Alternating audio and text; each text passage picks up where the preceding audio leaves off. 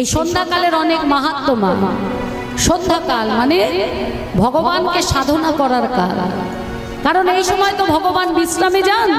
তাই এই সময় যদি কেউ ভগবানের সাধনা করে তাহলে ফলটা কিন্তু সে তাড়াতাড়ি পায়।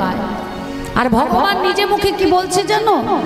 ভগবান নিজে মুখে বলছে এই যে সন্ধ্যার সময় মানে 5টা বেজে 36 মিনিট থেকে 6টা বেজে 24 মিনিট, এই যে 48 মিনিট মানে 6টা বাজার 24 মিনিট আগে থেকে 6টা বেজে 24 মিনিট, সময়টা কত হচ্ছে? 5টা, বিকেল 5টা 36 থেকে সন্ধে 6টা 24, এই 48 মিনিট ভগবান নিজে বলছে কেউ যদি হাতে তালি দিয়ে আমার নাম করে, কেউ যদি আমার নাম শোনে, আমি তাকে কখনো দুঃখ কষ্ট দিতে পারি না। এই 48 মিনিট যারা নাম করবে, নাম শুনবে, ভগবান কখনো তাদের দুঃখ কষ্ট দিতে পারবেন না। আরো বললেন এই 48 মিনিট যারা হেলায় হারা, সন্ধ্যেবেলা চুল আঁচড়াচ্ছে, চৌকাটের ওপর বসে থাকছে, গপ গপ করে সন্ধ্যেবেলা পা ছড়িয়ে ভাত খাচ্ছে, সন্ধে দিচ্ছে না, বসে বসে ওই কলিযুগের জটিলা কুটিলা সিরিয়াল দেখছে। হ্যাঁ, ঘর ভাঙাবার একমাত্র মাধ্যম হচ্ছে টিভি সিরিয়াল, ওইগুলোকে বসে বসে গিলছে। আর যে সমস্ত ছেলেরা সন্ধ্যেবেলা পাড়ার মোড়ে চায়ের দোকানে বসে আড্ডা দিচ্ছে, তাস খেলছে আর বিড়ি ফুঁকছে, ওই 48 মিনিট আমি তাদের কখনো সুখ দিতে পারবো না। তাহলে 48 মিনিট যারা ভক্তি করে ভগবানের নাম করবে, ভগবান যেমন তাদের দুঃখ দিতে পারবেন না, তেমনি যারা নাম করবে না ভগবান তাদের সুখও দিতে পারবেন না। দেখবেন কোনো শাশুড়ি বলে না যে আমার বউ আমায় ভাত দেয় না, আবার দেখবেন বউরাও বলে আমার শাশুড়ি খুব দরজা। সাধক রামপ্রসাদ তিনি কি বলছে জানো মা? আমি সকাল সলিলে ডুবে মরি শ্যামা, দোষ কারো নয় গো মা। বৌমার কি ক্ষমতা আছে শাশুড়িকে ভাত দেবে না? আর শাশুড়ি বা কি ক্ষমতা আছে বৌমার উপর অত্যাচার করবে? আমরা যেটা ভোগ করি সেটা আমাদের কর্মফল। তাই আরো বলছে আমার ধর্ম হলো কোদণ্ড স্বরূপ, পুণ্য ক্ষেত্র মাঝে বাঁধিলাম সে কূপে বেরিল কাল রূপ কাম মনোরমা মা, দোষ কারো নয় গো মা। দোষ কারো নয়, দোষ হলো আমার। আমি সকাত সলিলে, সকাত মানে গর্ত আর সলিল মানে হলো সাগর। নিজের ঘোড়া গর্তে, ওই সাগরের মধ্যে আমি নিজেই তলিয়ে যাচ্ছি। আমাকে কে দুঃখ দেবে আর কে কষ্ট দেবে? যে দুঃখ কষ্ট আমরা পাই সেটা হচ্ছে আমাদের কর্মফল। তাহলে সন্ধ্যাবেলা কেউ সাধনা করলে ভগবান তাকে কখনো দুঃখ দেন না। কিছু কিছু শাস্ত্রের জিনিস আছে যেগুলো আমাদের মানতে হয় মা। আজকে একবার ভেবে দেখুন তো, এই মায়েদেরই তো গর্ভ থেকে জন্ম নিয়েছে স্বামী বিবেকানন্দ, নেতাজি সুভাষচন্দ্র বসু, কাজী নজরুল ইসলাম, রবীন্দ্রনাথ ঠাকুর, ঠাকুর শ্রী শ্রী রামকৃষ্ণ পরমহংসদেব কি জন্মায়? তাহলে আজকালকার দিনের মায়েদের গর্ভ থেকে কেন এমন সাধক জন্মাচ্ছে না? কেন জন্মাচ্ছে না? কারণ তখনকার মায়েরা শাস্ত্রের শাসন মানতেন, কিন্তু এখনকার মায়েরা আমরা শাস্ত্রের শাসন বারণ কিছুই মানি না। শাস্ত্র শব্দের অর্থ হলো শাসন করা। যে শাস্ত্রের শাসন শুনবে, বারণ শুনবে, তার ভালো হবে, যে শুনবে না তার মন্দ হবে। যেমন যে সন্তান পিতামাতার কথা শোনে সেই সন্তান সন্তান জীবনে কখনো বাধাপ্রাপ্ত হয় না, সে কিন্তু একদম শিখরে পৌঁছায়। আর যে সন্তান বাবা মায়ের কথা শোনে না, সেই সন্তান জীবনে কোনোদিন উন্নতি করতে পারে না। শাস্ত্রটাও তাই। আমরা শাসন মানি না, বারণ মানি না, তাই এই অবস্থা। শাস্ত্র কি বলছে? অমাবস্যা রাতে যদি কারুর গর্ভে সন্তান আসে, সেই সন্তান হবে দুরাচারী, পাপাচারী। পূর্ণিমা রাতে যদি কারুর গর্ভে সন্তান আসে, সেই সন্তানের চোখের সমস্যা থাকবে ছোট থেকে, মোটা গ্লাসের চশমা পড়তে হবে। আমাদের এই সিজন শেষ হয়ে গেলে আমরা ভেলোর যাই না ফুল বডি চেক আপ করাতে। একটু বলি, এবছরও যথারীতি গিয়েছিলাম, এতে এবছর আমার মেয়েকে নিয়ে গেছিলাম, ওরও ফুল বডি একবারে চেক আপ করিয়ে নেওয়া হলো। তা শিশুদের বিভাগ যেখানে, সেখানে যখন মেয়েকে নিয়ে গেলাম, একটা 7 মাসের বাচ্চা, তার চোখের মধ্যেও একটা মোটা গ্লাসের চশমা এরকম দড়ি দিয়ে তার মা পরিয়ে রেখেছে। এত চোখের সমস্যা, বিশ্বাস করবেন না, ওই অবস্থা দেখে ওইখানে আমারই শরীর খারাপ হয়ে গেছে, মাথা ঘুরতে শুরু করে দিয়েছে। তা চোখের সমস্যা এত ছোট কেন হয়? কারণ পূর্ণিমার রাতে মায়ের গর্ভে সন্তান আসে বলে। আর একাদশী রাতে যদি কারোর গর্ভে সন্তান আসে, সেই সন্তান হয় দরিদ্র এবং দুঃখী। কোটি টাকা দিয়ে দাও, তার দারিদ্রতা দুঃখ কোনোদিন যাবে না। আর এগুলো আমাদের জানা দরকার এবং সেই সঙ্গে মানা দরকার।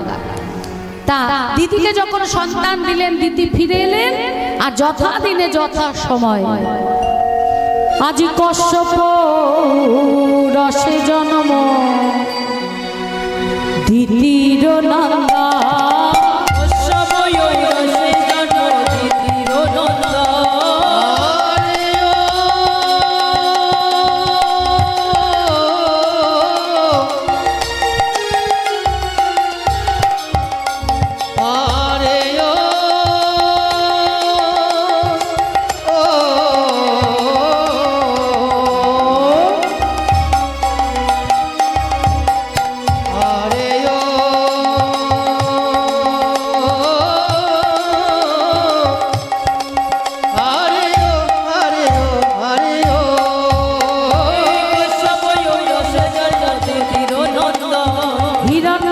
হিরণ্যকশিপুর জগতে গম, হিরণ্যক্ষ হিরণ্যকশিপুর জগতে গম, হিরণ্যকশিপুর জগতে গম।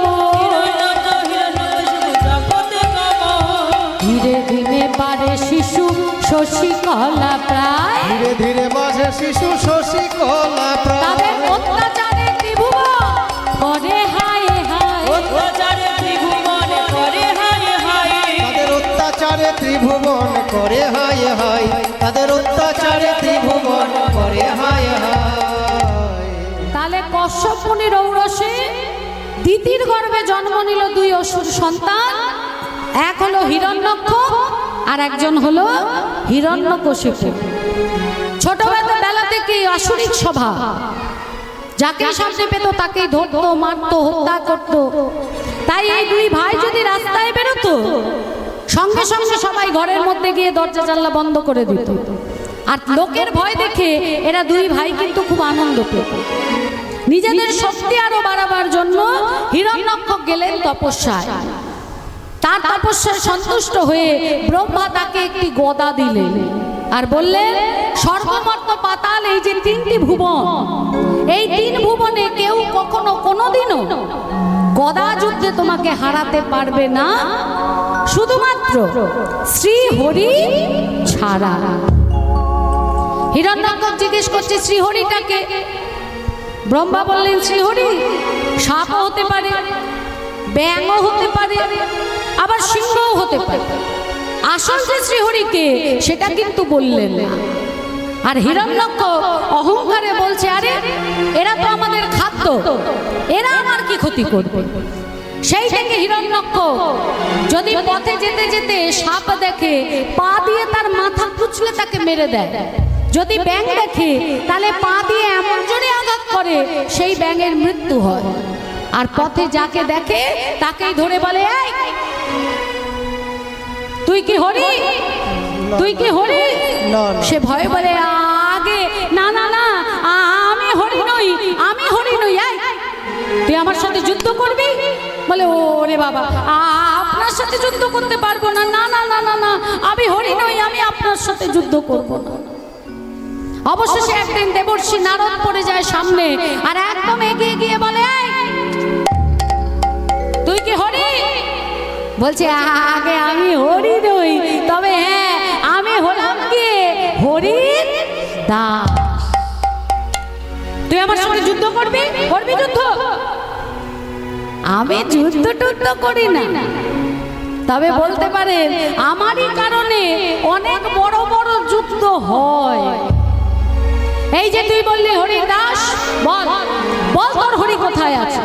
বলে সর্বত্র আছে, আছে অনল অনিলে চির নবনীলে ভূধন সলিলে গহনে, আছে বিটপি লতায় জলদের গায় শশী তারকায় তপনে। আমার শ্রীহরি অনল মানে ওই আগুনের মধ্যে আছে, অনিল মানে বাতাসে আছে, চির নবনীলে আকাশের ওই নীল মেঘের যে রং ওই মেঘের মধ্যে আছে, আছে অনল অনিলে চির নবনীলে ভূধর সলিলে গহনে। ভূধর মানে পর্বতে আছে, সলিল মানে সাগরে আছে, গহন মানে জঙ্গলে আছে, আছে বিটপি লতায়, বিটপি মানে গাছ, ওই গাছের মধ্যেও আছে, আবার গাছের লতা পাতাতেও আছে, শশী তারকায় তপনে, চাঁদে আছে, তারায় আছে, সূর্যতেও আছে, সর্বত্র আছে আমার শ্রীহরি। বলে এখন কোথায় আছে বল? ওই যে জল, ওই জলটা দেখিয়ে বলছে এই মুহূর্তে শ্রীহরি আমার ওই জলের মধ্যে আছে। হিরণ্যক্ষ ওই গদা নিয়ে জলের মধ্যে ঝাঁপ দিলেন, আর ঝাঁপ দিয়ে বলছে কোথায় হরি? কোথায় কোথায় হরি? কোথায়? বেরিয়ে এসো, সাহস থাকে তো বেরিয়ে এসো। কোথায় হরি? ভক্ত যেমনই হোক মা, ভক্ত যদি আকুল প্রাণে ডাকে ভগবান কি না এসে থাকতে পারে? যখন ওইভাবে ভক্ত ডেকেছে, শঙ্খ চক্র গদা পদ্মধারী আমার ভগবান তিনি বরাহ রূপ ধারণ করে হিরণ্যক্ষের সামনে এসে দাঁড়ালেন। হিরণ্যক্ষ বলছে তুমি কি হরি? ভগবান বললেন হ্যাঁ আমি হরি। তুমি যে হরি তার প্রমাণ কি? হ্যাঁ প্রমাণটা কি তুমি যে হরি? বলে কেন? আমার কাছে আধার কার্ড আছে, আধার কার্ড আছে, কারণ এই পুরো ভূমণ্ডল বিশ্ব ব্রহ্মাণ্ডের মূল আধার হলাম আমি, তাই আধার কার্ড আছে। তাও যদি বিশ্বাস না হয় স্বাস্থ্যসাথীর কার্ডও আছে। হ্যাঁ স্বাস্থ্যসাথীর কার্ডও আছে, কারণ এই জগতের মানুষ ওই বড় বড় ডাক্তার বৈদ্য হসপিটাল নার্সিংহোম ঘুরে যখন কোনো ফল পায় না, তখন আমারই চিকিৎসালয়ে আসে, আমারই স্বাস্থ্য কেন্দ্রে আসে, আর আমি তাদের শুশ্রূষা করে জীবন ফিরিয়ে দিই, তাই স্বাস্থ্যসাথীর কার্ডও আছে। তাও যদি বিশ্বাস না হয় লক্ষ্মীর ভাণ্ডারও আমার আছে। বাবা হরি বল। লক্ষ্মীর ভাণ্ডারও আছে, কারণ স্বয়ং মা লক্ষ্মী সারাক্ষণ আমারই চরণ প্রান্তে বসে আমারই চরণে সেবা করছে, তাই আমি হলাম হরি। হিরণ্যক্ষ বলছে বেশ, তুমি যদি হরি হও তাহলে তুমি আমার সঙ্গে গদা যুদ্ধ করবে? ভগবান বললেন নিশ্চয়ই করব। হিরণ্যক্ষ গদা নিয়ে যখনই ভগবানকে মারতে যাবে, বাম হাতে হিরণ্যক্ষের গদা ধরলেন, আর নিজের ডান হাতের গদা দিয়ে হিরণ্যক্ষের মাথায় মারা গেল হিরণ্যক্ষ। বরাহ রূপ ধারণ করে ভগবান আমার হিরণ্যক্ষকে বধ করলেন। একটা খুব সুন্দর গান মা, যাত্রা লক্ষ্মী বীণা দাশগুপ্তার গান, এটা ভক্ত গাইছে। প্রাণ রমণ হৃদি ভূষণ হৃদয় রতন স্বামী। প্রাণ রমণ হৃদি ভূষণ হৃদয় রতন স্বামী। আমার অন্তরে বাহিরে নিরখিত তোমার মন মাঝে অন্তর যায়। প্রাণ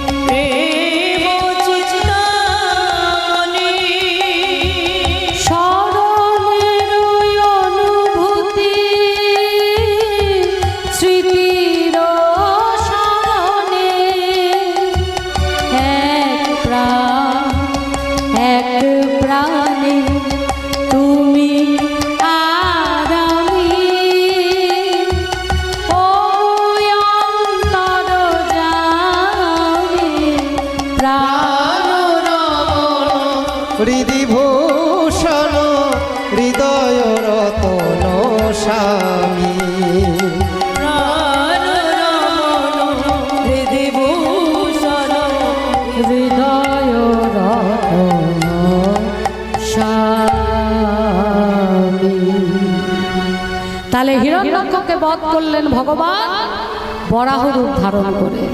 সত্যযুগে একই পরিবারের দুজনকে বধ করার জন্য ভগবান দুবার অবতার রূপ ধারণ করেছিলেন। হিরণ্যককে বধ করলেন বরাহ রূপ ধারণ করে, বরাহ অবতার রূপে। এবার হিরণ্যকশিপুরকে কিভাবে বধ করছে সেটা আমরা শুনবো। আপনারা শুনলেন কেমন ভাবে সাধুর ঘরে অসুর জন্মালো। এবার আমরা শুনবো অসুরের ঘরে আবার সাধু কেমন করে জন্মায়। হিরণ্যকশিপুর যখন শুনলেন যে হিরণ্যক মারা গেছে আর তাকে মেরেছে শ্রীহরি, তিনি ঘোষণা করলেন আজ থেকে এই শ্রীহরি হলো আমাদের শত্রু, আমরা হলাম হরিবিদ্বেষী। যেজন শ্রীহরির নাম করবে সঙ্গে সঙ্গে তার গর্দান দেওয়া হবে এবং সেই সঙ্গে তার বাড়ি পুড়িয়ে ছাড়খাড় করে দেওয়া হবে। অহংকারী অসুর। আর ভগবান সব সহ্য করেন কিন্তু অহংকার কখনো সহ্য করেন। সে যেই হোক, ভগবানের অতি কাছেরই হোক না কেন, অহংকার সহ্য করে না। আর তার প্রমাণ আমরা পাই মহাভারত। কুরুক্ষেত্রের যুদ্ধ হয়ে যাবার পর ভীম আর অর্জুন একদিন রাস্তা দিয়ে হাঁটছে। মা ভীম অর্জুনকে বলছে, বুঝলি ভাই অর্জুন, এই তোদের সঙ্গে আমার মতো এত বড় গদাবীর ছিল, সেই কারণে তোরা কুরুক্ষেত্রের যুদ্ধে জিততে পেরেছিস। অর্জুন বলছে, কি যে বলো দাদা, আমার মতো এত বড় ধনুর্বীর ছিল তাই না তোমরা জিতলে? ভীম বলছে আমার জন্য জিতেছে, আর অর্জুন বলছে আমার জন্য জিতেছে।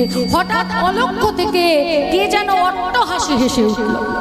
আর যখনই তার হাসি ভীমের কানে গেছে, ভীম রেগে গিয়ে চিৎকার করে বলছে, কে তুই?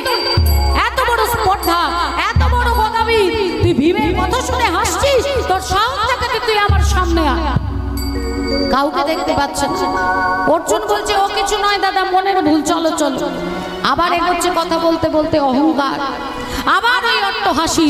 আর যেই না এদিক ওদিক খুঁজছে, সঙ্গে সঙ্গে অর্জুন বলছে, দাদা গো পেছন দিকে একবার ফিরে দেখো।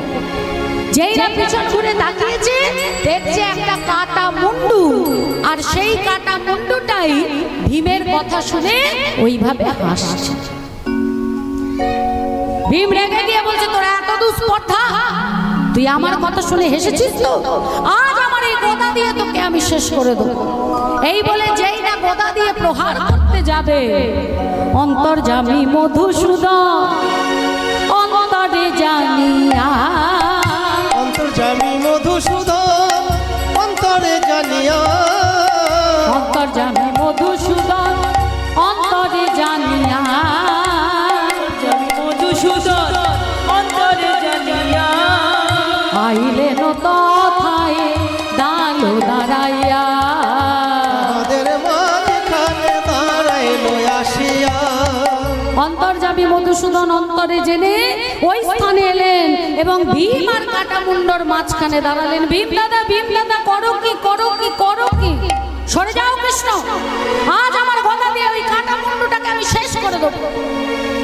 ও ভীম দাদা, তুমি যাকে মারতে যাচ্ছ সে কে জানো?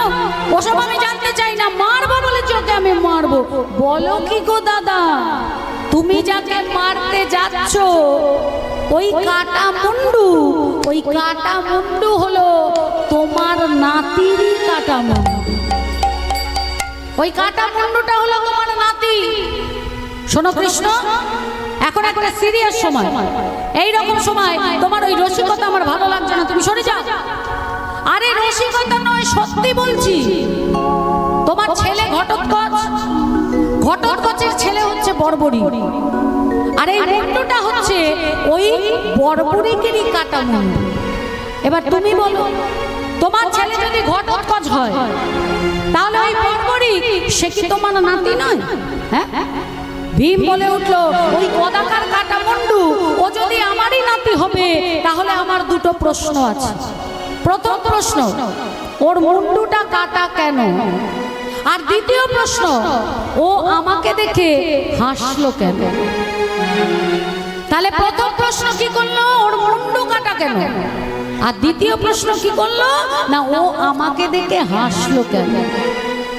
কৃষ্ণচন্দ্র বলছে, ভীম দাদা তোমার প্রথম প্রশ্নের উত্তরটা আমি দেব, আর তোমার দ্বিতীয় প্রশ্ন, ওর মুন্ডুটা কাটা কেন, সেই উত্তরটা তোমার নাতি দেবে।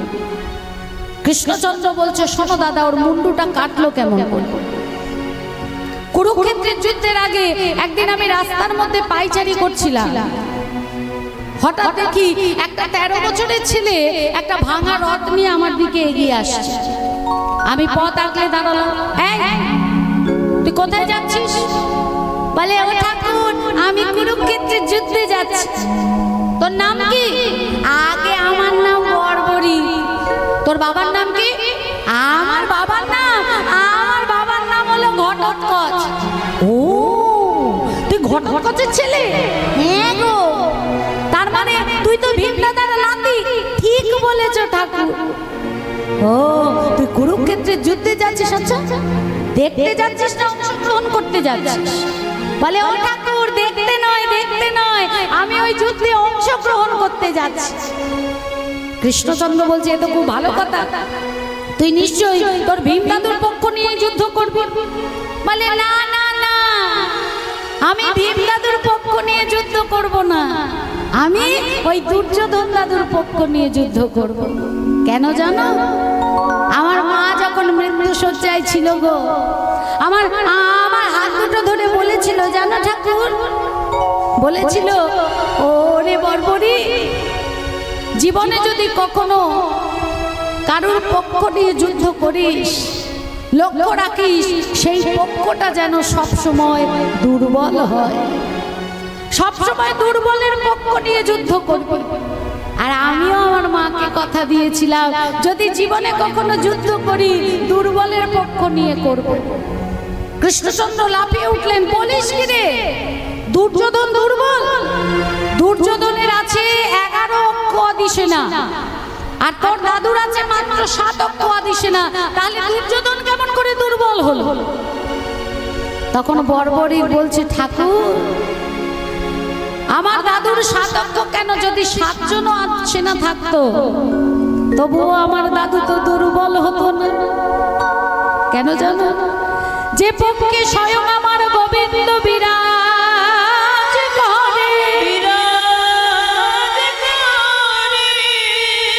যে পক্ষে আমার গোবিন্দ বিরাজ করে, বলো না ঠাকুর, বলি সে কি দুর্বল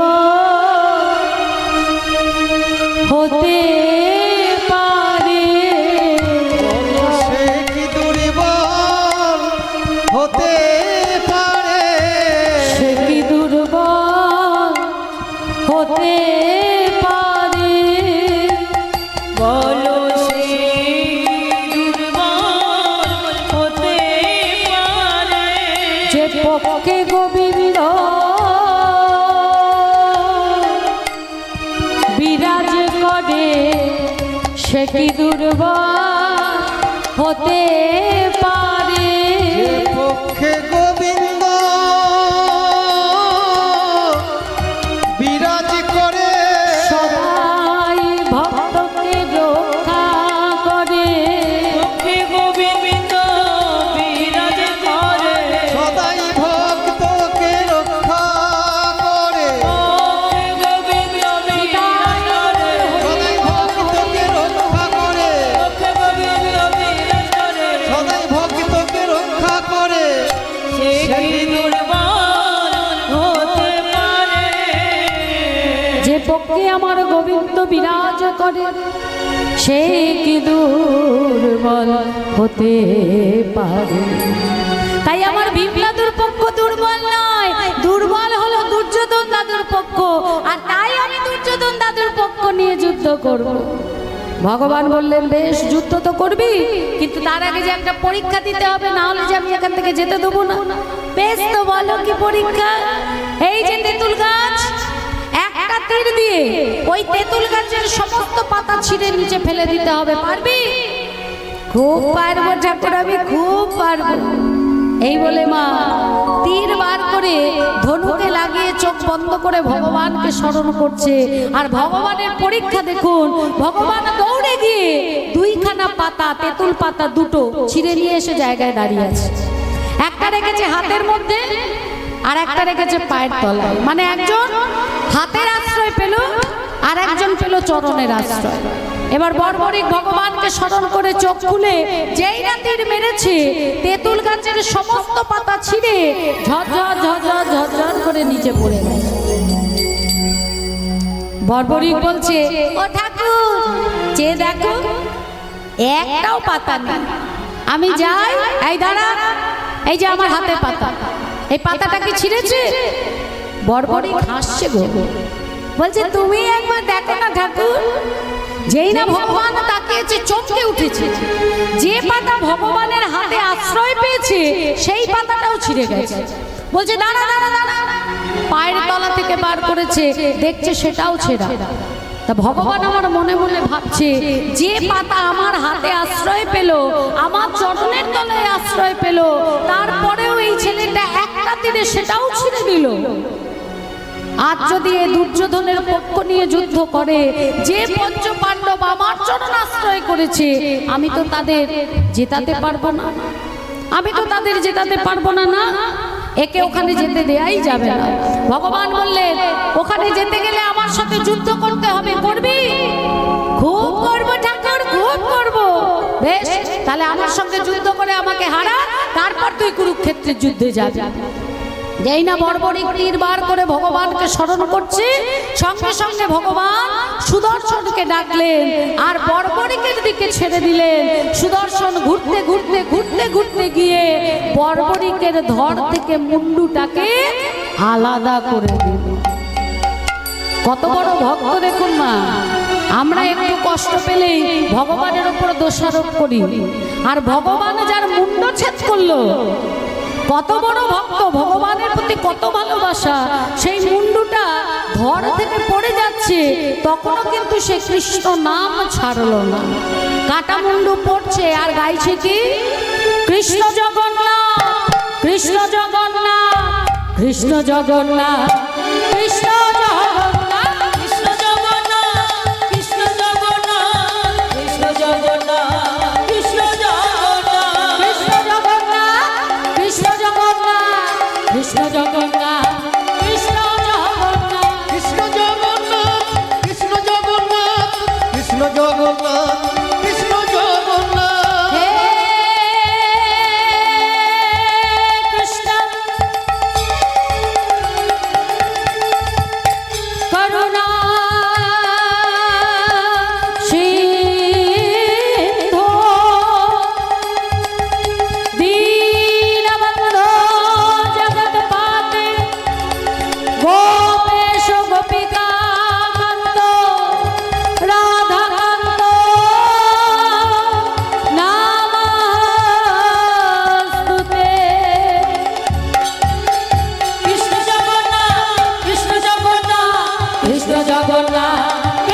জগন্নাথ কৃষ্ণ জগন্নাথ কৃষ্ণ জগন্নাথ কৃষ্ণ জগন্নাথ কৃষ্ণ জগন্নাথ কৃষ্ণ জগন্নাথ কৃষ্ণ জগন্নাথ কৃষ্ণ জগন্নাথ কৃষ্ণ জগন্নাথ। কাটা মুন্ডু যখন কৃষ্ণ নাম করতে করতে পড়লো, ভগবান আমার স্থির থাকতে পারলেন না মা। ভগবান ছুটে এসে ওই কাটা মুন্ডুটাকে বুকের মধ্যে জড়িয়ে ধরেছে।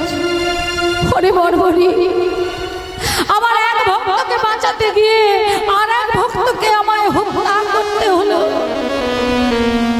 তুই আমায় ক্ষমা করে দিস বর্বরি, তুই আমায় ক্ষমা করে দিস। বর্বরি বলছে, ও ঠাকুর, আমি কেন দুর্যোধন দাদুর পক্ষ নিয়ে যুদ্ধ করতে যাচ্ছিলাম জানো? যাতে তোমার ভক্তের হাতে আমার মৃত্যু হয়। কিন্তু আমার কত ভাগ্য দেখো, তোমার হাতে আমার মৃত্যু হলো। আমি তো অমর হয়ে গেলাম ঠাকুর, আমি তো অমর হয়ে গেলাম। ভগবান বলছে, বর্বরি বল বল বর্বরি বল, তুই আমার কাছে কি চাস? তুই যা চাইবে আমি তোকে তাই দেবো। বর্বরি বলছে, ঠাকুর, যদি আমাকে দিতেই হয় তাহলে এই বর দাও, কুরুক্ষেত্রের ওই 18 দিনের যুদ্ধ আমি যেন নিজে দু চোখ ভরে দর্শন করতে পারি। আমাকে কেউ দেখতে পাবে না, কিন্তু দর্শন করব। শুধু 18টা দিন, 18টা দিন তুমি আমায় বাঁচিয়ে রাখো ঠাকুর, 18টা দিন শুধু তুমি আমাকে বাঁচিয়ে রাখো। ভগবান বললেন তথাস্তু। কৃষ্ণচন্দ্র বলছে ভীমলাদা, বর্বরিকের কেন মুন্ড ছেদ হলো তা তো আমি তোমাকে বললাম। এবার ওর মুখ থেকে শোনো যে ও তোমাদের কথা শুনে হাসলো কেন। বল বর্বরিক, তুই কেন হাসলি? বর্বরিক বলছে হাসবো না, হাসবো না।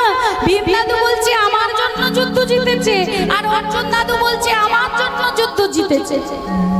আমি তো নিজে চোখে দেখেছি, সেখানে যারা যারা যুদ্ধ করছিল কেউ জীবিত ছিল না। আমার ভগবান অনেক আগেই তাদেরকে মেরে রেখেছিল।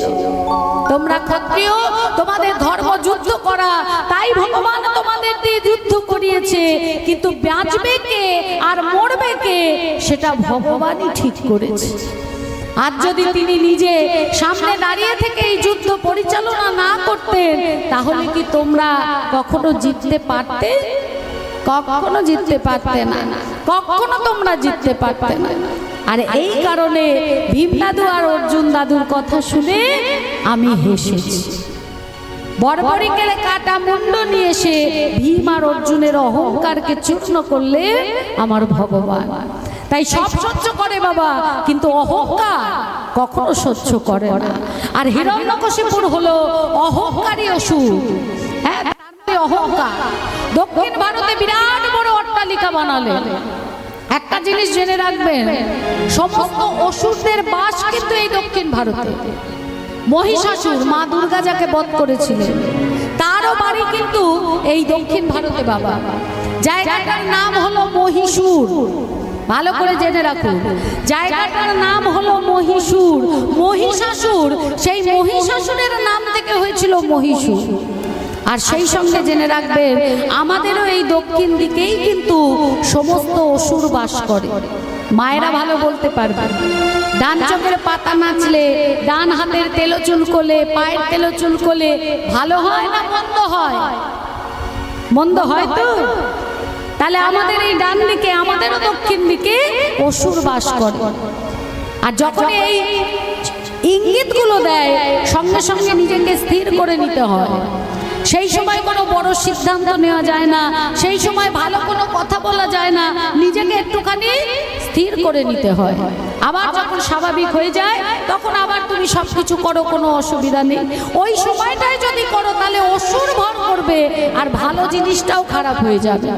তাই নিজেকে স্থির করে নিয়ে আবার যখন স্বাভাবিক হয়ে যাবে তখন কাজ করতে হবে। তাহলে এই হিরণ্যকশিপুর ওই দক্ষিণ ভারতে বিরাট বড় অট্টালিকা করলেন। তার বন্ধুরা এসে বলছে এত বড় বাড়ি বানালি, আরে রাজরানী ছাড়া কি এই এত বড় অট্টালিকা মানায়? বাড়ি যখন হয়ে গেছে এবার বিয়েটাও সেরে ফেল। হিরণ্যকশিপুর বলছে আমার মতো অসুরের যোগ্য পাত্রী আছে? কোথায় আছে? কে যোগ্য আমার স্ত্রী হবার? বন্ধুরা বলল একজন আছে, পাতালে চলে যা, নাগরাজার কন্যা যার নাম হলো কয়াধু, তোর জন্য একদম উপযুক্ত স্ত্রী, তাকে গিয়ে বিয়ে কর। বন্ধুদের কাছ থেকে সন্ধান পেয়ে হিরণ্যকশিপুর গেলেন পাতালে, আর নাগরাজার কাছে গিয়ে বলছে শুনো হে নাগরাজা পড়ি নিবেদন,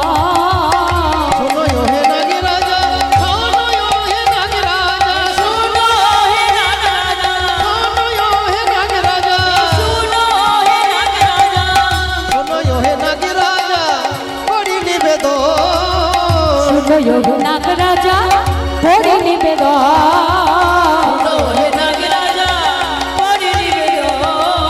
তব কন্যা কয়া ধুরে করো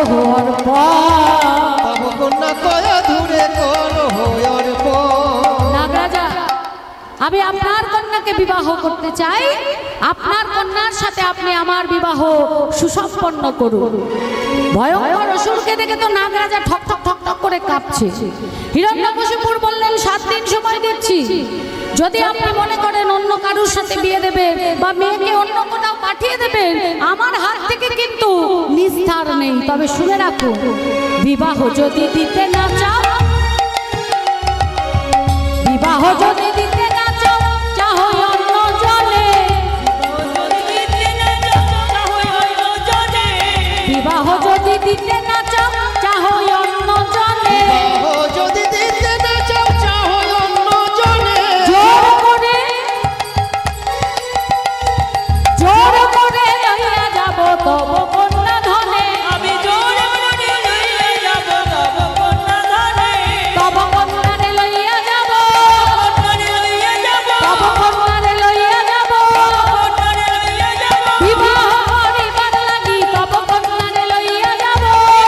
করিবার লাগি, শুনো হে রাম রাজা, হরি হরি করিবার লাগি, হে নাগ রাজা, করিবার লাগি, শোনো হে নাগ রাজা, করিবার লাগি, তব কন্যারে লয়ে যাব, জোর করে লইয়া যাব, তব কন্যা ধনে।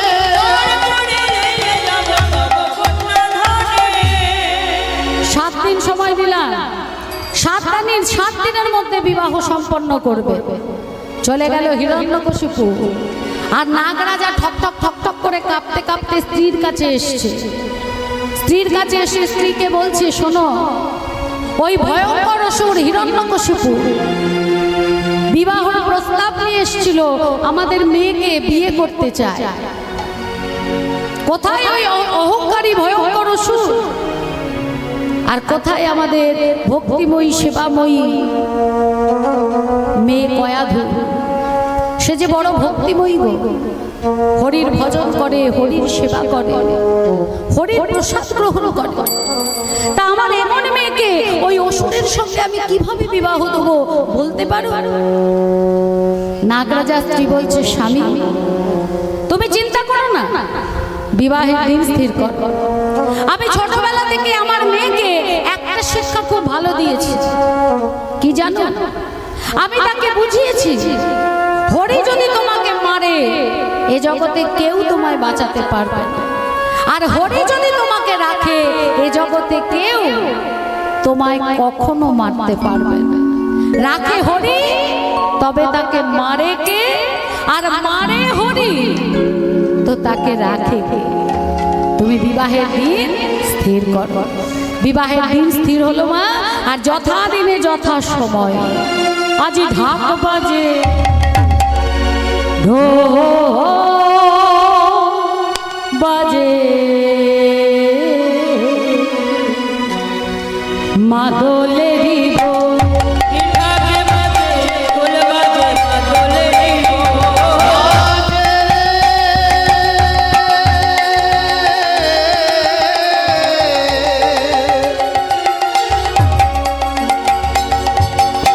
বাজে রে,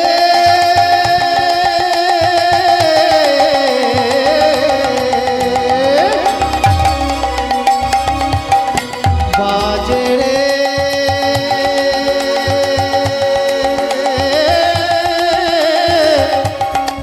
বাজে রে, বাজে রে, বাজে রে। বাজে, ঢোল বাজে, মাদলেরই দোল। কয়াধুর বিবাহেতে আনন্দেরই দোল, মায়াজুরি বিবাহেতে আনন্দে হিলোল।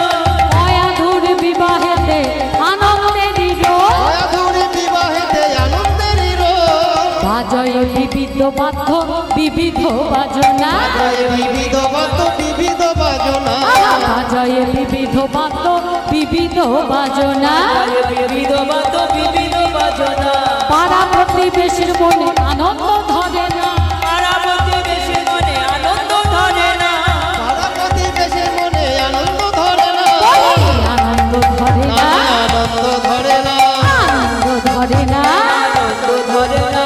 পাড়া প্রতিবেশীর মনে আনন্দ ধরে ওই না। পাড়া প্রতিবেশীর সবাই আনন্দেতে মেতে ওঠে, হরি হরি বল, হরি বল। মেতে ওঠে। পাড়া প্রতিবেশীর মনে, সবাই আনন্দেতে মেতে ওঠে। পাড়া প্রতিবেশীর মনে, সবাই আনন্দেতে মেতে ওঠে। পাড়া প্রতিবেশীর না মনে। না আনন্দ ধরে না। পাড়া প্রতিবেশীর মনে আনন্দে হিল, পাড়া প্রতিবেশীর মনে আনন্দে হিল্লোল। পাড়া প্রতিবেশীর মনে আনন্দে হিল্লোল। নির্বিঘ্নে সুসম্পন্ন হলো বিবাহ। আমাদের প্রথম গুরু কে মা? আমাদের প্রথম গুরু হচ্ছে আমাদের পিতা আর মাতা। দ্বিতীয় গুরু দীক্ষা গুরু আর শিক্ষা গুরু। আর তৃতীয় গুরু হলেন প্রত্যেকের হৃদয় মাঝে অবস্থান করছে অন্তর্যামী রূপে আমার ভগবান।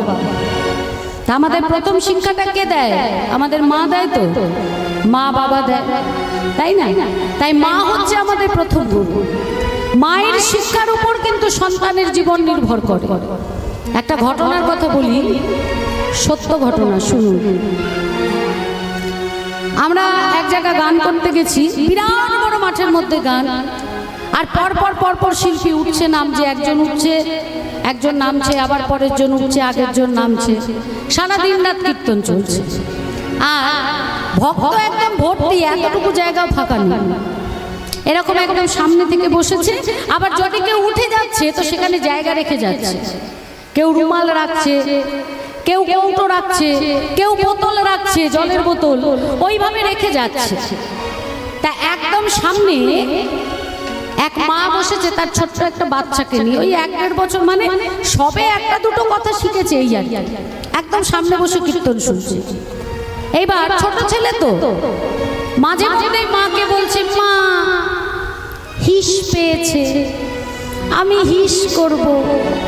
আর মাকে ওই রুমাল আর বোতল রেখে ছেলেকে নিয়ে মাঠে যেতে হচ্ছে হিস করা। 1 ঘন্টা 1.5 ঘন্টা অন্তরই ছেলের হিস পাচ্ছে, আর তাকে নিয়ে যেতে হচ্ছে হিস করাতে। মা মনে মনে ভাবছে তো বড় সমস্যায় পড়া গেছে। এত ভক্তের মাঝে যদি ওরা বারবার হিস পেয়েছে বলে, আর লজ্জা লাগে না? তো এইবারে মা কি করেছে, ছেলেকে মাঠে নিয়ে গিয়ে বলছে, শোন বাবা, এরপর যখন তোর হিস পাবে আমায় বলবি না মা আমি হিস করব। ছেলে বলছে, তাহলে কি বলবো? বলবি মা আমি গান করব। আর যেই বলবি মা আমি গান করব, সঙ্গে সঙ্গে তোকে মাঠে নিয়ে আসবো, আর আমি গান করিয়ে নিয়ে চলে যাব। সে তো তোতা পাখি, যা শেখাবে তাই শিখি, বাচ্চা না, মাটির তার। এবার যখনই তার হিস পায় তখনই মাকে বলে, মা আমি দান্তব্য। আর মা নিয়ে চলে যায় মাঠে গান করাতে। এবার কীর্তন শেষ হয়েছে, গ্রামবাসীর মন খারাপ, এতদিনের অনুষ্ঠান, এত হইচই, এত আনন্দ, এত ভক্তের সমাগম, সবার মন খারাপ। বিশেষ কারণে সেই মা তার বাপের বাড়ি গেছে, পাশেই বাপের বাড়ি। আর আষাঢ় মাস, প্রচন্ড ঝড় বৃষ্টি শুরু হয়েছে, মার ঘর থেকে বেরোতে পারছে না। তা বাড়িতে স্বামীকে ফোন করে বলছে, ওগো এই দুর্যোগ মাথায় নিয়ে বেরোলে যদি বিপদ হয়, শুধু রাতটুকুর ব্যাপার, তুমি আর মা মিলে একটু ছেলেটাকে ঢেকে রাখতে পারবে তো? স্বামী বললেন, হ্যাঁ আমি রাখতে পারবো, তোমার চিন্তা নেই, এই দুর্যোগ মাথায় নিয়ে আসতে হবে না, সকাল হলে এসো। শাশুড়ি মা খাইয়ে দিয়েছে, আর স্বামী নিয়ে শুয়েছে, মানে বাচ্চাটা ঠাকুমা দুধ খাইয়ে দিয়েছে, আর বাবা নিয়ে রাতে ঘুমোচ্ছে। রাত্রির 2:30 বেজেছে, ছেলে উঠেছে, বাবাকে ডাকছে, বাবা বাবা আমি দান্তব্য। করবি দান দান দান্তব্য। বলিস কি রে, এই রাত্রি 2:30 বাজে, এখন নাকি তুই গান করবি? ওরে পাড়া প্রতিবেশী জেগে যাবে, এখন ঘুমে পড় বাবা, ভোর হোক, সকালবেলা উঠে তুই আমাকে গান শোনা। না আমি দান্তব্য, আমার জোরে দান পেয়েছে, আমি দান্তব্য দান্তব্য। আচ্ছা আচ্ছা বেশ বেশ বেশ, কাঁদতে হবে না, তুই গান করবি তো, আয় আমার কানে কানে গান কর। এবার যেই বলেছে কানে কানে গান কর, বাচ্চা ছেলে কানে ফিট করে দিয়ে গান করে দিয়েছে। আর যখনই গান করে দিয়েছে, কি হয়েছে মা? বাবার কানটা সর্বনাশ হয়ে গেছে, শেষ হয়ে গেছে। তাহলে এটা কেন হলো? আর আমি বললামই বা কেন এই ঘটনাটা? এটার সঙ্গে কি যোগ আছে কিছু? অবশ্যই আছে। মা যদি সন্তানকে ভুল শিক্ষা দেয়, তাহলে সেই সন্তান ভুল পথেই যাবে। আর মা যদি সঠিক শিক্ষা দেয়, সেই সন্তান সঠিক পথেই যাবে। তা নাগরাজা স্ত্রী মেয়েকে সঠিক শিক্ষা দিয়েছিলেন, তাই আজকে হিরণ্যকশিপুরের অসুরের সঙ্গে তার বিবাহ হলো, এবং মা কয়াধুর স্বামীর সঙ্গে চলে গেলেন শ্বশুরালয়। আসুন একটা ভজন করে এর পরের বাকি অংশ আমরা শ্রবণ করব।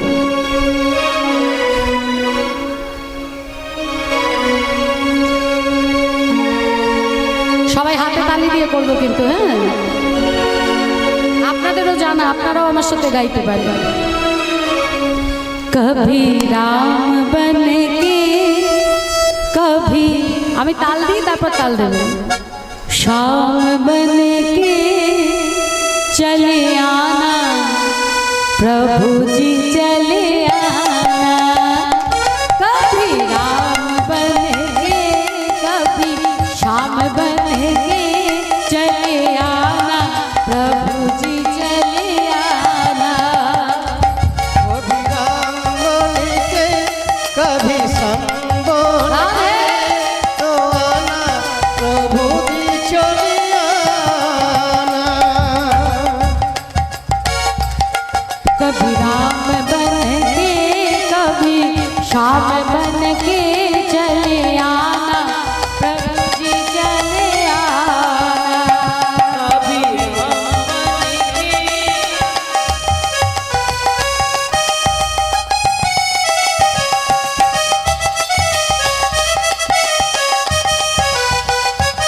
সবাই মিলে হাত তুলে।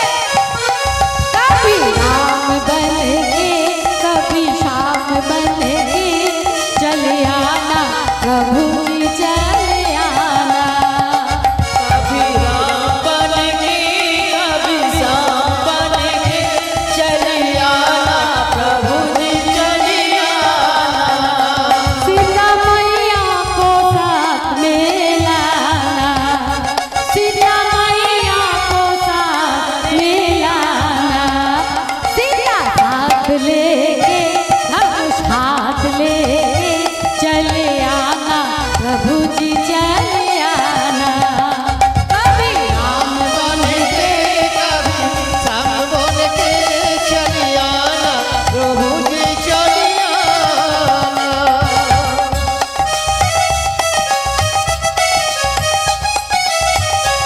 श्री राधे जय श्री राधे।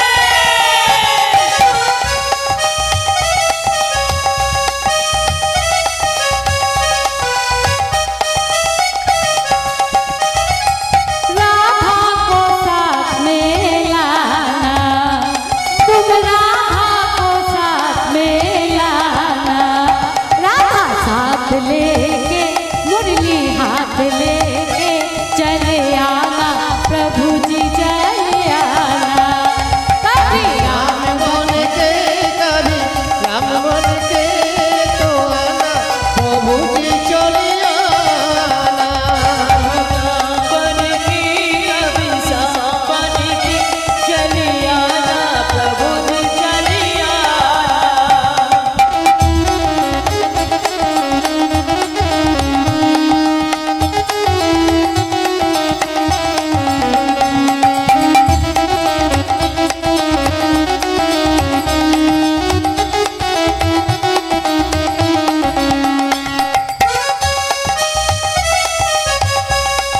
श्री राधे जय श्री राधे। गौरी को साथ में लाना, तुम गौरी को साथ में लाना, गौरी साथ लेके डमरू हाथ लेके चले आना प्रभु जी चले आना। कभी राम बन के कभी श्याम बन के चले आना प्रभु जी चले आना, चले आना प्रभु जी चले आना, चले आना प्रभु जी चले आना। प्रेम से बोलो राधा रानी की রাধে শ্যাম হরি বল। তাহলে মা কয়াধুর বিবাহ সুসম্পন্ন হলো, আর মা কয়াধুর হিরণ্যকশিপুরের সঙ্গে চলে এলেন দক্ষিণ ভারতে তার অট্টালিকায়। এরপর 2 বছর কেটে গেল। মা কয়াধুর শ্রীহরির ভজন করে, নাম করে, হরির প্রসাদ গ্রহণ করে। হিরণ্যকশিপুর কিন্তু সেটা জানেও না। তা একদিন হিরণ্যকশিপুরের বন্ধুরা এলো তার রাজসভায়। কিরে বলি, ঘটকালিটা তো আমরাই করলাম, হ্যাঁ ওই মেয়ের সন্ধান দিলাম আমরা, আর বিয়েতে আমরাই বাদ হয়ে গেলাম। হ্যাঁ? আরে কি খাওয়া দাওয়া তো ব্যাপার তো? কিছু দূরের কথা, একটা মিষ্টিও দিলি না। একটা কিছু খাওয়ালি না রে। আরে কালিদার নাতনি হয়েছে বলে আজকে মিষ্টি খাইয়েছে, তুই তো তাও খাওয়ালি না। খাওয়ালি না, দেখে শুনে দিলাম আমরা, আর আমাদেরকে ফাঁকি দিয়ে দিলি, কিচ্ছু খাওয়ালি না। তোর বউ এত ভালো গান করতে পারে, তোর ভালো বউ এত ভালো নাচ করতে পারে, তাও শোনালি না, দেখালি না, একটা মিষ্টিও খাওয়ালি না। হিরণ্যকশিপু বলছে তাই নাকি? আমার বউ ভালো গান করতে পারে, আবার নাচও করতে পারে। আচ্ছা বেশ, আমি তোদের কথা দিলাম, আগামীকাল তোরা আমার রাজসভায় আসবি সন্ধ্যেবেলা, খাওয়া দাওয়া হবে, আমার বউ রাজসভায় আসবে, তোদের গান শোনাবে, আবার সেই সঙ্গে তোদের নাচও দেখা। কথা দিলাম কাল সন্ধ্যেবেলা। কথা বলছিস? একদম হক কথা, হক কথার এক কথা লাখ কথা। আগামীকালই সব হবে। দেখুন স্বামী কেমন স্বামী, এই জন্য বলে অসুর। স্ত্রীকে রাজসভায় নিয়ে যাবে আর ভরা আসনের মধ্যে তাকে দিয়ে নাচ করাবে, তাকে দিয়ে গান করাবে, এই হচ্ছে অসুরের প্রবৃত্তি। এলে স্ত্রীর কাছে, এই যে তুমি নাকি ভালো গান গাইতে পারো, তুমি নাকি ভালো নাচ করতে পারো। আচ্ছা বেশ শোনো, আগামীকাল আমার সব বন্ধু বান্ধব আসবে, আর সন্ধ্যাবেলা তুমি রাজসভায় যাবে, আর রাজসভায় গিয়ে ওই রাজসভায় আমার বন্ধুদের তুমি গান শোনাবে, নাচ দেখা। মা কয়াদুর মনে মনে ভাবছে হায় হায় রে, আমি কার পাল্লায় পড়লাম। হ্যাঁ, আমাকে মানে রাজার স্ত্রী, সে যে রাজরানী, তাকে বলছে বড় রাজসভায় গিয়ে নাচ গান করতে। এখন আমি যদি বারণ করি, এত অসুর কিছুই তো বুঝবে না। তা প্রভু তুমি যদি পারো, তাহলে একমাত্র তুমিই করতে পারো, এই বিপদ থেকে তুমি আমাকে উদ্ধার করো। মা কয়াদুর বোকা ছিলেন না, মা বুদ্ধিমতী ছিলেন। হরিভক্ত যারা, তারা কখনো বোকা হয় না, তারা কিন্তু ভারী চালাক। তাদের বোকা ভাববেন না, বোকা সেজে থাকে কিন্তু বোকা নয়, তারা কিন্তু ভারী চালাক হয়।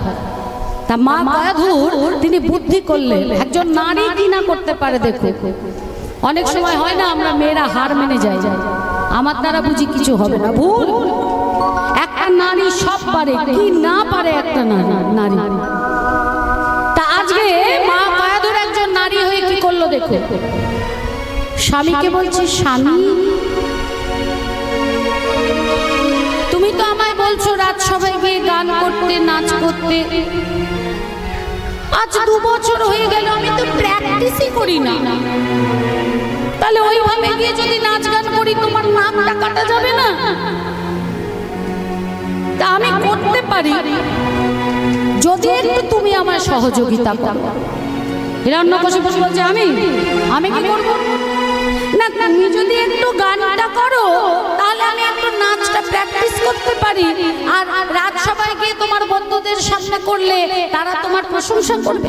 কি কি কি গান গান করবো আমি? অসুরকে বলছে গান করতে। মা অসুর, অসুর যার মধ্যে কোনো সুর নেই, তাকে বলছে গান করতে। বলছে বারে এমন কিছু তো শক্ত নয়, আমি আপনাকে শিখিয়ে দিচ্ছি। বলবেন হরি তাল, হরি হরি হরি। তোমার সাহস তো কম না? হ্যাঁ, আমার রাজত্বের মধ্যে যদি কেউ হরি বলে, আমি তার গর্দান নিয়ে বাড়ি চালিয়ে দিই, আর তুমি কিনা আমাকে বলছো হরি বলতে?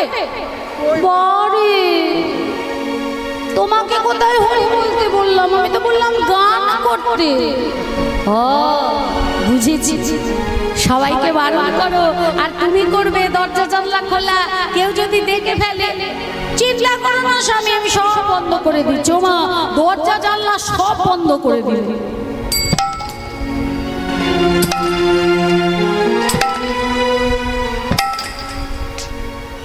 আর কেউ দেখতে পাবে না। এইবার আপনি করুন। হিরণ্যকশিপুর গাইছে হরি হরি হরি হরি হরি হরি। আরে নাচ হচ্ছে? কি নাচ হচ্ছে এটা? বলবে কি সব নাচ হচ্ছে? বারে, আমি কি করব? কেন? যেমন গান হবে, যেমন তাল হবে, নাচও না তেমন হবে। তুমি একটু ভালো করে গাও, আমিও ভালো করে নাচ করব। আচ্ছা আমি বলে দিচ্ছি কেমন ভাবে গাইতে হবে। হরি বল রে, হরি বল রে, বল রে বল রে, হরি বল রে, হরি বল রে, হরি বল রে, হরি বল রে, বল রে, হরি বল রে, হরি বল রে, বল রে, হরি বল রে, বল রে বল রে, হরি বল রে। হরি বল, হরি বল, হরি বল ভাই, একবার হরি বল, হরি বল, হরি বল ভাই। হরি নাম ছাড়া জীবের কোনো গতি নাই। হরি বল, হরি বল, হরি বল ভাই, হরি নামে ছাড়া জীবের অন্য গতি নাই। হরি বল রে, বল রে, বল রে, বল রে, হরি বল রে। হরি বল রে, বল রে, বল রে, বল রে, হরি বল রে, একবার বল রে, বল মা মায়াধু দেখছে তার স্বামী হরি বল রে বলে ভালোই গান ধরেছে। এইবার মা মায়াধু নিজের নৃত্য শুরু করলো।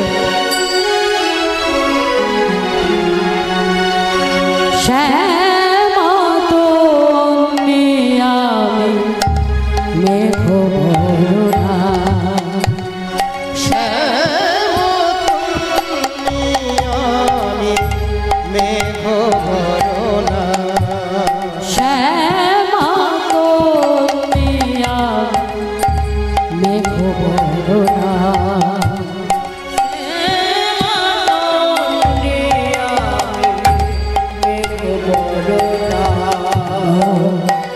দৃষ্টিতে বৃষ্টি ঝড়ে ঝরনা, শ্যামতন্নি আমি মেঘ ভরা, শ্যামতন্নি আমি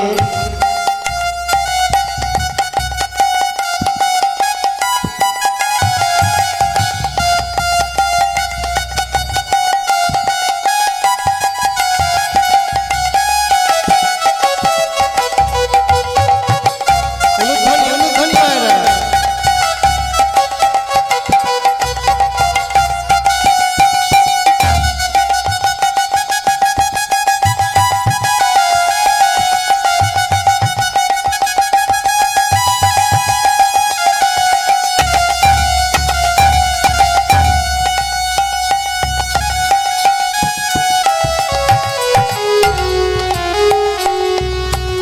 অম্বরে জলদমি দম্ব বাজায়, পদমকিয়ায় বন ডালা সাজায়। অম্বরে জল অবিরাম বাজায়, কদমকিয়ার বনে ডাল সাজায়। শশী কুসুমে ভরা নিরাভরণা, শোষী কুসুমে ভরা মীরা ভরনা। বৃষ্টিতে বৃষ্টি ঝড়ে ঝরনা, শ্যামতন্নি আমি মেঘ বরণা, শ্যামতন্নি আমি, শ্যামতন্নি আমি, শ্যামতন্নি আমি। মেঘ ভরনা। আহা কি মজা, কি মজা, বাবা বাবা বাবা, কি সুন্দর, কি সুন্দর, বাহ বাহ, কি চমৎকার, চমৎকার। আহা হিরণ্যকশিপুর এত আনন্দ পেলেন, দৌড়ে এসে মা মায়াধুরকে একেবারে জড়িয়ে ধরেছে। মা মায়াধুর বলছে, স্বামী তুমি আমাকে এভাবে জড়িয়ে ধরলে যে? তুমি এত ভালো গান করো, তুমি এত ভালো নাচ করো, আমি খুব খুশি হয়েছি। কি মজা, কি মজা।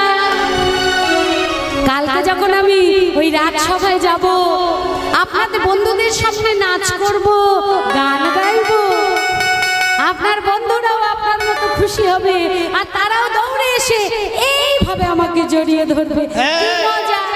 চুপ, একদম না, খবরদার কেন? না, বললাম তো না। এ বাবা, আমি ভেবেছিলাম কাল আমি রাজসভায় যাব, আপনার বন্ধুদের সামনে নাচ করব, গান গাইব, আর তারাও আনন্দ